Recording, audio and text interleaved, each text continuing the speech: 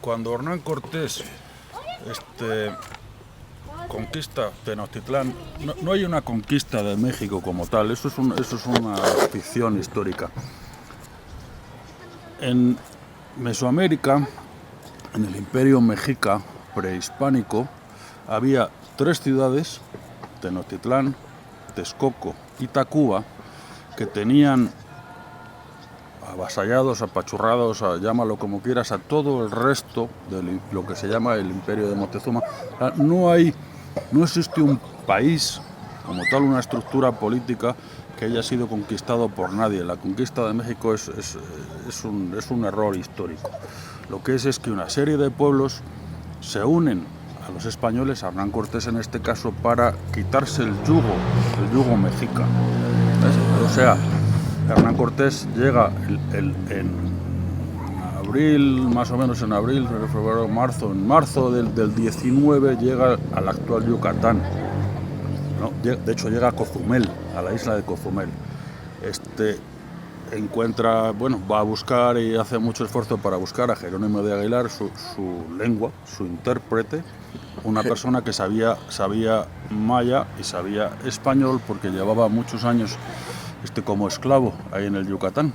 Pero, Federico, también debe de hacer mención de Gonzalo Guerrero. Vale, pero vamos a hablar de Yucatán, no vamos a hablar de Pánuco. Yo estoy dispuesto a hablar de lo que quieran, ¿eh? Bueno, hago este comentario porque Jerónimo de Aguilar y Gonzalo Guerrero fueron cautivos por parte de los mayas. Entonces, Gonzalo Guerrero se va al bando de los mayas, inclusive combate a los españoles. No es cierto, pero es la misma postura que tiene ahorita Federico. Es una de tantas falacias históricas. En un dado caso que hubiera una invasión, no pudo Federico luchar ya se uniría contra los mexicanos. Es igual, no tiene importancia. Lo que sí tiene importancia histórica es que los primeros descendientes de un español y una maya son los hijos de Vicente Guerrero. De Gonzalo, perdón. Me he ido a otro guerrero. Gonzalo Guerrero. ¿Qué es lo que pasaba? Que Jerónimo de Aguilar tenía las primeras órdenes, no era, digamos, cura, pero tenía sus primeras órdenes. Y entonces no tuvo relaciones con mujeres, no tuvo, por lo tanto, hijos.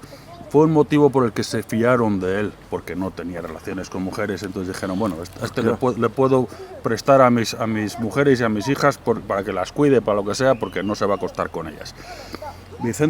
Gonzalo Guerrero se casó. Él era marinero en realidad, no era soldado, era marinero, pero bueno, tenía ideas sobre la forma de la guerra de allá. Y entonces se hizo líder guerrero de esa tribu. Y se casó con la hija del cacique. Cacique no es una palabra mexicana, es una palabra caribeña, sí. Pero bueno, es igual. A lo que vamos. Cuando Cortés manda a buscarles a los dos, sabía de los dos. No solo eran dos, en origen eran 13 o 14 o pero más. Se los comieron. No quería hablar de eso, se los comieron. Si te pones... sí, efectivamente. No tuvieron la visión, si te das cuenta, no tuvieron la visión de llegan una gente de fuera con un color de piel diferente, con una barba, con una serie de rasgos. En vez de decir... ¿De dónde vienes? ¿Van a venir más? ¿Qué es lo que pasa? Explícame.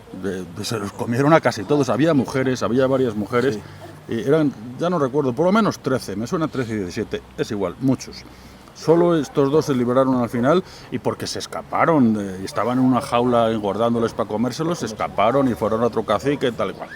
Vale, esto... Insisto, a mí me gustaría que habláramos de Pánuco. ¿Pero de qué año estamos hablando? Pues estamos hablando de 1519. 1519. Okay, pero ya que estamos, nos hemos metido en esto, vamos a esto. Hernán Cortés, perdón, Alfonso, ya que hemos hablado, para terminar este asunto, lo terminamos en 5 minutos. Hernán Cortés, una vez que consigue ya recuperar para cual paga, le da unos cuentas de vídeo y tal cual, recupera a Jerónimo de Aguilar y está feliz completamente, pensando que ya tenía una lengua. Él llevaba 2 lenguas, él llevaba 2 chavales que habían sido capturados, Melchorejo, Julianillo y Melchorejo, pero es igual.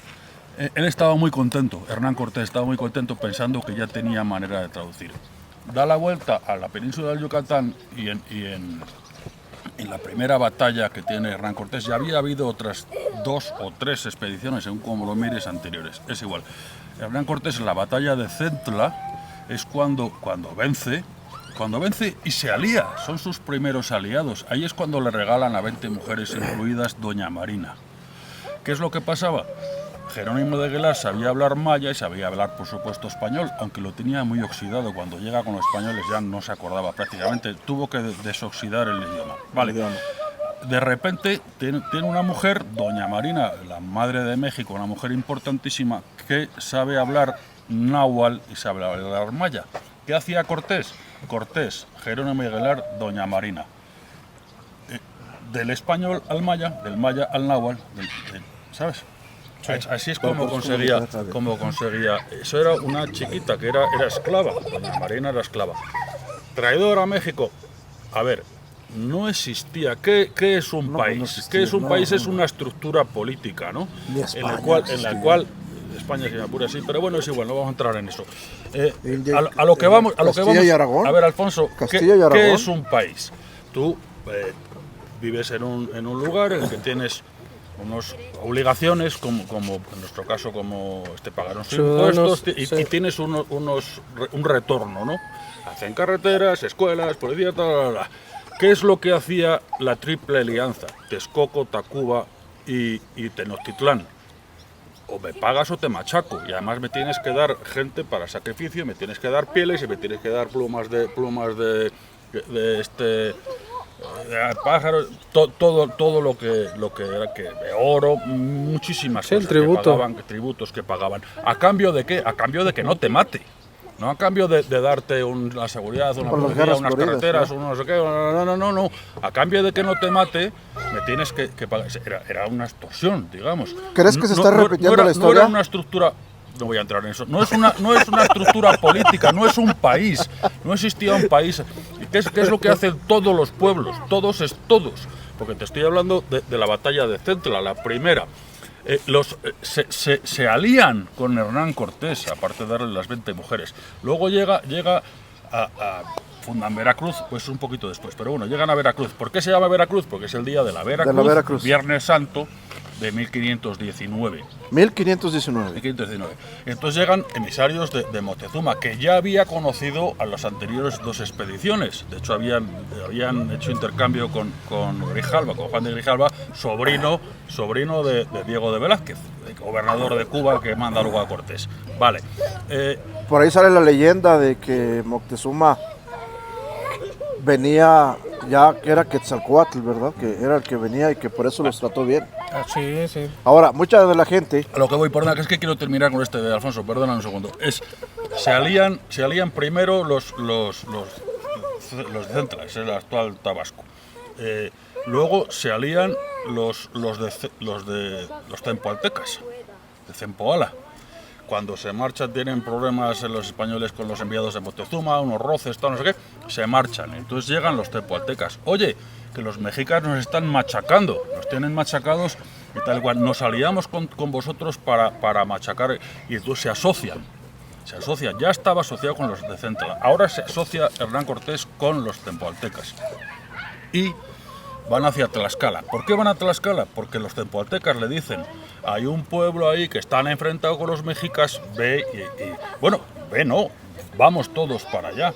Y entonces fueron los tempoaltecas con Hernán Cortés a Tlaxcala. Ahí al principio se empiezan a enfrentar porque Xicoténcatl, el hijo, no el padre, era una, le llaman república, es absurdo, era, digamos, 4 gobernantes de un, llamar reino, no llamar reino, llamar república no tiene sentido. Vale, era una unidad política, eso sí se podría considerar un país, ¿no? Tlaxcala. Vale, Hernán Cortés primero tiene no 1, 5, 6, 7 batallas contra Tlaxcala, a las que vence, y cuando ya se dan cuenta de que no pueden contra los españoles, se alían. Luego ya Hernán Cortés estaba aliado con los de Centla, con los de Zempoala y con los tlaxcaltecas. Y entonces es cuando van a México. Entran a México el día, primero es la batalla, la matanza de Cholula, de la que hay mucho que hablar, es igual, no quiero liarme demasiado.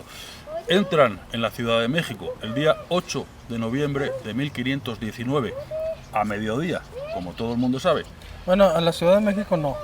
Bueno, No, a Tenochtitlán, porque todavía ni a veces siquiera- en la historia ni hablamos, siquiera ponemos estabas- términos modernos de tal. La ciudad de Era la tierra de Tenoch. México, Entran a México, Tenochtitlán. Tenochtitlán, Ajá. Entran a la tierra de Tenoch. entran el día 8 de noviembre de 1519 a mediodía.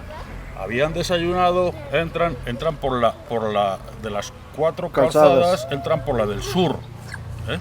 Y entonces eran una calzada, por cierto, en la que cabían 8 caballos uno al lado del otro. Tenía como unos 12 metros de ancho, una calzada tremenda. Vale, esto se entrevista, se encuentra con Moctezuma, se supone que más o menos por el Hospital de Jesús, por ahí, un poquito más abajo. De hecho, hay una placa Sí.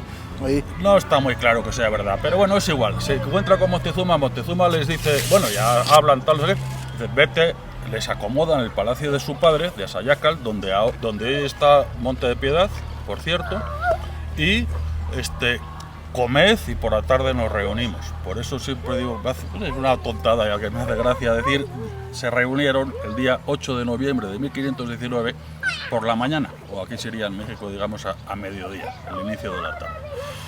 Van a comer igual. Pero insisto, yo creo que debíamos hablar de Sí, vamos a Pues, hablar ¿qué te de parece si pánico. si damos un brinco? Pero primero, quiero que nos platiques cuántos españoles entraron a la llamada conquista y cuántos indígenas había. Es que eso es posterior. Vamos a ver. Cuando entra Hernán Cortés, entran como menos de 500 personas españoles. En su primera entrada, 8 de noviembre de 1519, a mediodía. Y unos pocos miles de tlaxcaltecas. Y entonces, 5.000 como mucho, pocos, porque claro, Tenochtitlán y Tlaxcala estaban enfrentados a muerte. Por cierto, ahora que me acuerdo, la matanza de Cholula, los cholultecas también se alían con los españoles, no solo con los españoles, los cholultecas estaban enfrentados a muerte con los tlaxcaltecas. La matanza de Cholula tiene mucho que ver con los tlaxcaltecas, con lo que les da información que pasaron a los españoles. Eran También aliados los cholultecas mexicas. están aliados con Cortés ya, porque los tepaltecas se retiran. En el momento que desde Tlaxcala va Cortés hacia México, los tepaltecas dicen, no, yo sabes, ya tengo suficiente, es mucho para mí ir a México. Cortés, ningún problema. Entonces ya son tlaxcaltecas, cholultecas y españoles, 450 españoles como mucho. ¿Qué es lo que sucede? Están 8 meses en la Ciudad de México, desde el 8 de noviembre de 1519 hasta el 30 de junio de 1520. Durante 8 meses están conviviendo. Bueno, conviviendo es una manera un poquito... No. O sea, porque lo primero que hacen es secuestrar, atrapar, retener a Moctezuma para poder controlarle, ¿no? Moctezuma estaba bastante tranquilo en ese aspecto, estaba hasta contento, era una persona... Es que es demasiado, nos vamos a liar mucho. Convivieron durante 8 meses, le llevaban a cazar, andaban en barco, aquí no había barcos a vela, entonces construyeron, porque luego para conquistar la ciudad de Tenochtitlán construyen 13 bergantines. Habían construido ya 2, que por cierto, otra vez, otro error de los mexicas, les pegaron fuego después de la Noche Triste, en vez de utilizarlos para su propio beneficio. Es igual. Están 8 meses. Cuando se marchan los españoles, digo, la Noche Triste, una matanza... ya había muchos más españoles, ya había más de 1.000, había 1.200, 1.300. ¿Por qué? Porque llega un grupo de españoles con Pánfilo de Narváez a Pero intentar... Pánfilo de Narváez combate a Hernán Cortés. Correcto. Y Lo combate. de hecho, en Zempoala. Es en Zempoala donde está Pánfilo de Narváez. De hecho, toman al asalto la torre en la que estaba y le sacaron un ojo. Llevaban picas largas, picas muy largas que habían fabricado aquí, producido aquí. Bueno, esto... Pánfilo de Narváez, la gente de Pánfilo de Narváez se une también, otros que se unen, ahí son españoles con españoles, pero estaban a punto de una guerra civil, una guerra entre españoles. Bueno, de hecho hay una guerra de españoles con españoles que gana Hernán Cortés, a pesar de que iban menos de 300 personas contra alrededor de 1.000 de Pánfilo de Narváez, consiguen vencerles. Les vencen, ya había hecho política, había untado a gente con tejuelos, llamaban piezas de oro, tal y cual. Es igual. A lo que vamos. Esto vuelve a Tenochtitlán Cortés con su gente, más los de Pánfilo de Narváez, cuando ya estaban alzados en armas. Con toda la razón de estar alzados, porque Álvaro, Tonatiuh, el que muere aquí, Cuauhtémoc, no coño, Tonatiuh, bueno, estoy tonto. Pedro de Alvarado. Pedro de Alvarado, coña. Pedro de Alvarado, al que llamaban Tonatiuh porque era rubio, que muere en la guerra del Mistón, en Nochistlán, hoy Zacatecas, durante la guerra del Mistón, el 41, ¿no? Por ahí, 42, por ahí.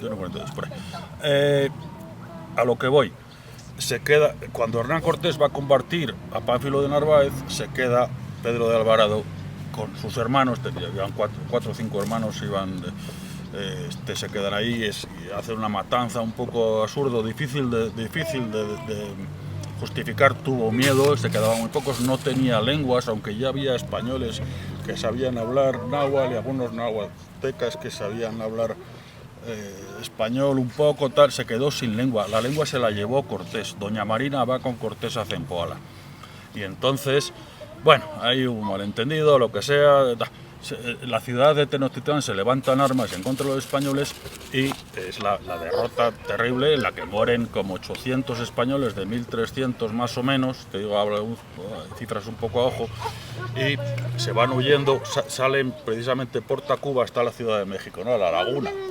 Salen por Tacuba, dan la vuelta por el norte y es la batalla de Otumba, famosa. Una semana después, más o menos, o 10 días después, una semana, es el 7 o el 8 de julio de 1520, gana la batalla de Otumba, que fue una victoria militar tremenda de Hernán Cortés, porque ya no tenían armas. Mira, tantas cosas con sin las armas de fuego, pues ahí era sin armas de fuego, los caballos ayudaron. Bueno, llegan a Tlaxcala y entonces allí le reciben razonablemente bien y se rearman, se recuperan. Durante todo ese tiempo se ponen a sacudir militarmente a los aliados de Tenochtitlán, que ya digo que en origen son 3 ciudades, Texcoco, Tenochtitlán, Tacuba, a un lado y al otro de la laguna. Se van uniendo cada vez más pueblos y más pueblos y más pueblos y más pueblos. Al final, los que toman Tenochtitlán, es una guerra naval y cierra las entradas por tierra y bloquean por mar, laguna. Desbloquean el suministro del agua. Bloquean todo, pues sí, cortan el lo agua. primero que hacen es cortar. La ciudad de Tenochtitlán llegaban 2 acueductos, bueno, un acueducto doble desde donde está el palacio de Chapultepec. De Chapultepec, entonces lo primero que hacen es cortar el agua. Claro, ten en cuenta que Tenochtitlán estaba en la parte salobre de la laguna. La laguna no era dulce, era agua bueno, la parte del sur, por eso estaba la albarrada esa que hicieron para separar el agua salada del agua dulce. Tenochtitlán estaba en la zona salada. Les cortan el suministro de agua dulce y se meten en problemas, claro. Vale, ahí todos los pueblos de la laguna, todos se alían con los españoles. Estoy respondiendo a tu pregunta. Son como unos 100.000 guerreros más o menos los que toman la Ciudad de México, un asedio de 2 meses, 75 días más o menos, hasta el 13 de agosto de 1521, día de San Hipólito, que es cuando Cuauhtémoc huye con su familia en una canoa, esa es la palabra, y les atrapa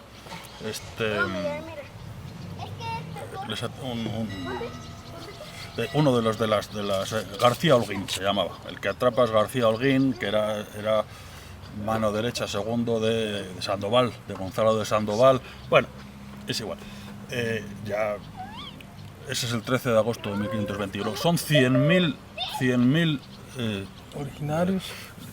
99.000 originarios, si los quieres llamar así, no me gusta esa palabra, pero bueno, contra 1.000 españoles. ¿Es una conquista de México? No. ¿Qué sucede? Como dice mi admirado Zunzunegui, ¿qué sucede el día siguiente de la conquista? Creo que es su último libro, que por supuesto he leído. ¿Qué sucede al día siguiente es una celebración?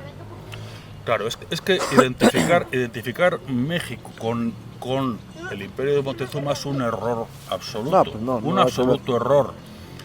Eran 3 ciudades que, insisto, aplastaban a todos los demás. A todo Mesoamérica. Bueno, pero ¿qué superficie? Sí, Muy poca. Tlaxcala, Pero- quitando Huesocingo, quitando tal. Pero Federico, no mencionaste las armas biológicas que traían los españoles. Por ahí, otra bobada. Las armas biológicas Sí, a ver, fueron mermando. platícame. La población indígena fue mermando por las enfermedades como el sarampión. Así es, la viruela. Entonces, ellos no tenían anticuerpos. Y los europeos ya traían todo ese tipo de anticuerpos y no le hacían nada a la viruela, sarampión. Y ya no vamos a hablar de más, No. porque se nos va el tiempo y tenemos que hablar de No, palo. ya que te has metido en ese embolado, vamos a hablar de eso. A ver, ¿cuál es el problema? ¿Por qué lo que hoy es México, Pero Mesoamérica, por qué estaba en un bastante atraso tecnológico y cultural de todo no estoy de acuerdo. punto de Yo vista? estoy de acuerdo. A ver, pero ¿por qué motivo? Y también, ¿por qué no tenían anticuerpos de determinadas enfermedades? ¿Qué es lo que sucede? Europa está unido físicamente a Asia, no es un solo continente, se llama 2, no sé por qué, porque es un solo continente, y está unido a África. Sí. Había intercambio, de hecho la humanidad sale de África, todos somos negros en origen. Todos los humanos, todos los que estamos en todo el mundo entero, salimos de África, luego todos somos negros en origen. De ahí es una razón más para darse cuenta de que ser racista es una absoluta estupidez. Todos somos negros, en origen. Esto, ¿qué es lo que sucede? Que hay mucho intercambio cultural. Había la ruta de la seda. Desde China y desde la India iban a Europa. Los pueblos de África, insisto, que de ahí salimos todos. Había mucho intercambio. Había habido, a lo largo de la historia de la humanidad, muchas enfermedades, pestes bubónicas, tal, entonces tenían más resistencia a determinadas enfermedades. A ver, vamos a hablar de la sífilis. Todo apunta, y no es seguro del todo, que es al revés. La sífilis sale de aquí y se va para allá. Insisto, no es seguro del todo. yo nomás hablé de las armas biológicas. No, pero es no. que eso no es un arma biológica, eso es una coincidencia. Es una coincidencia. O sea, cuando haces intento de contagiar a alguien para acabar con él, ahí. lo estás utilizando como arma. No, resulta que, por cierto, era un negro esclavo, creo que estaba liberado, que venía con Pánfilo de Narváez, el que vino a atacar a Hernán Cortés, es el que traía la viruela. Aquí, antes he contado de eso, España, Europa, Asia y África, todo unido. Es todo una masa continental, si me apura. Se llama diferentes continentes porque lo hemos dividido de esa manera, no porque sea real que haya un continente que sea Asia, otro continente que sea Europa. Están los Balcanes, pero vale. A lo que voy, Alfonso. En Mesoamérica no tenía contacto. Están los pueblos de Mesoamérica, ¿no? Que si los pues por supuesto los toltecas, antes Antes de los anteriores, aztecas. sí, los de las cabezas, los de las Olmecas. cabezas, los olmecas, efectivamente, y zapotecas, bueno, una serie de pueblos, pero en un sitio muy pequeño, todo es relativamente pequeño. O sea, eran pueblos que venían del norte, todos los pueblos, a ver, toda la población de América entra por el norte, por el estrecho de Bering, hace unos 30.000 años, cuando el estrecho de Bering era un paso, porque el mar, los océanos tenían como 75 metros más abajo de donde están, había un paso de tierra, vinieron caminando en definitiva. No tenían conciencia de su origen como humanidad. Mesoamérica no tenía relación ninguna con el Perú, ninguna, no se conocían los incas, no había intercambio. Hay quien dice que mentira. Entonces no había intercambio ni cultural. Ellos, a ver, los mesoamericanos no conocían América, para terminar pronto, no sabían de la tierra en la que estaban ni hasta dónde abarcaban, era el ombligo del mundo, Tenochtitlán, tal. No sabían dónde estaban, no sabía lo que había del Atlántico al Pacífico, sí, esa franja, pero no conocían todas El norte, el sur. Sudamérica ni todo el norte. Este asunto es muy importante para lo de la traición y lo de los... A ver, los pueblos mexicas, bueno, todos todos son náhuatl, de habla náhuatl, ¿no? Todos me refiero a Tlaxcala, a Texcoco, a todos los pueblos de la laguna. Son pueblos que han ido llegando en diferentes oleadas. Precisamente los tenocas, los de Tenochtitlán, son los últimos que llegaron. Se llamaban el pueblo sin rostro. Llegaron como 200 y pico años antes de la llegada de Hernán Cortés. Al principio se metieron en el sitio más humilde de todos, en las islas que nadie quería, era el pueblo sin nombre, y dependían de Azcapotzalco. Estuvieron durante 100 años, poco más o menos, como siervos, o sea, como mercenarios de Azcapotzalco, en las guerras de Azcapotzalco. En México, Tenochtitlán se funda en el 1325, ¿no? Vale, en 1325, date cuenta de los años. Sí, prácticamente tenían poco. Los 100 primeros años son mercenarios, literalmente mercenarios de Azcapotzalco, hasta que por fin se rebelan contra Azcapotzalco. ¿Eso cuándo es? Solo hay 100 años de dominación de las tres ciudades, 100 años, de 1428 o algo así al 19 que llega Hernán Cortés. O sea, había memoria de cuando eran libres, y no todos los pueblos conquistan a la vez, van conquistando unos pueblos, otros pueblos. Ten en cuenta que no había buenos caminos, eran veredas, sendas, no había carretas, no había animales de tiro, entonces mover un ejército no era nada sencillo. Entonces tenían un dominio, absoluto dominio. Lo que hacían era, ya digo, aplastar, no políticamente, físicamente. Me tienes que pagar creo que era cada 3 o 4 meses, me tienes que pagar esto y esto y esto y esto, y si no, y darme jovencitos y jovencitas y niños y todo eso para el sacrificio. Carlos.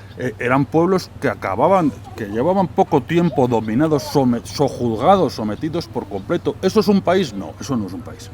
Y entonces no existe una conquista de México, es una falacia de la historia.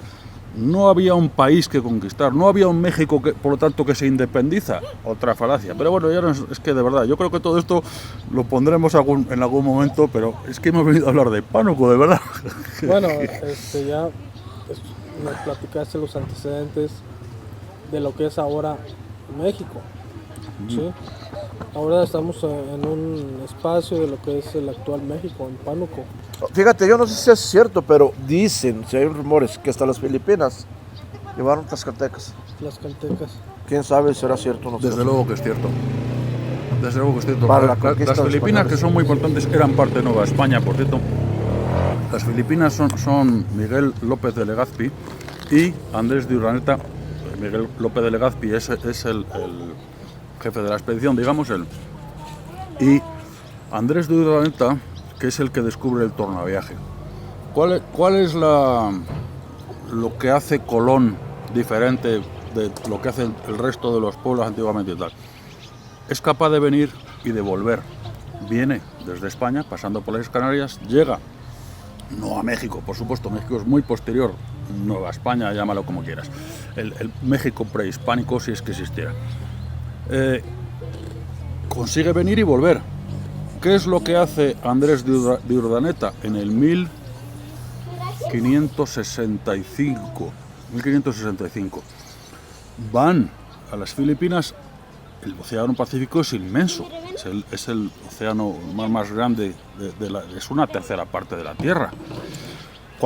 Tú ten en cuenta que cuando llegan a América, lo que es América, no sabían de la existencia de América, se pensaban que llegaban a las Indias. Luego, una vez que se dan cuenta de que no son las Indias, dicen, bueno, vale, no son las Indias, no puede faltar mucho hasta las Indias. No falta mucho las narices, falta una barbaridad. Hay mucho más desde Acapulco, el galeón de Manila, la nave de China, iba de Acapulco a las Filipinas y volvía por California. Porque es la misma, son las corrientes marinas. Tenían que, desde Acapulco, iban, digamos por abajo, las Filipinas, y luego subían para agarrar una corriente, se llama Kurosiva. ¿Kurosiva es? ¿Kurosiva? Sí. La corriente que da la vuelta, ¿no? Y entonces ahí, a partir de 1565, por Andrés de Urdaneta, aunque hubo uno que llegó antes, es igual. Se forma el tornaviaje y el galeón de Manila. ¿Qué importancia tiene para México? Muchísima, muchísima. Es la primera globalización. El imperio chino, el chino era el país, Sí, el que el estaba país más acaparado. poblado y más poderoso probablemente del mundo entonces, pero estaba muy aislado, ni siquiera tenía moneda para el comercio. Empiezan a aceptar la moneda española, mexicana, si quieres. El real de A8, mexicano, no hispano, No, hispano. es la primera moneda que aceptan los chinos. Los chinos iban a Filipinas, que está pegado, y hay montañas de cosas, ahora de nuestro uso diario, el abanico. ¿Cómo se llaman estos separadores de habitaciones? Me saldrá el nombre.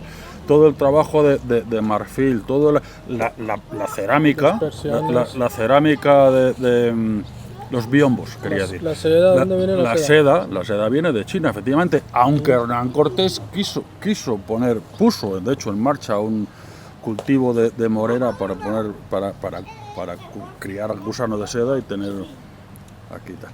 Eso es la primera globalización. Todos los años venía una nao, un galeón, el barco más grande que había, son 200.000 toneladas, una salvajada. Venía todos los años, desde 1566, creo, 67, el tornaviaje es en el 65, hasta que Morelos toma Acapulco, o sea, hasta 1815, ¿no? O algo así. Sí.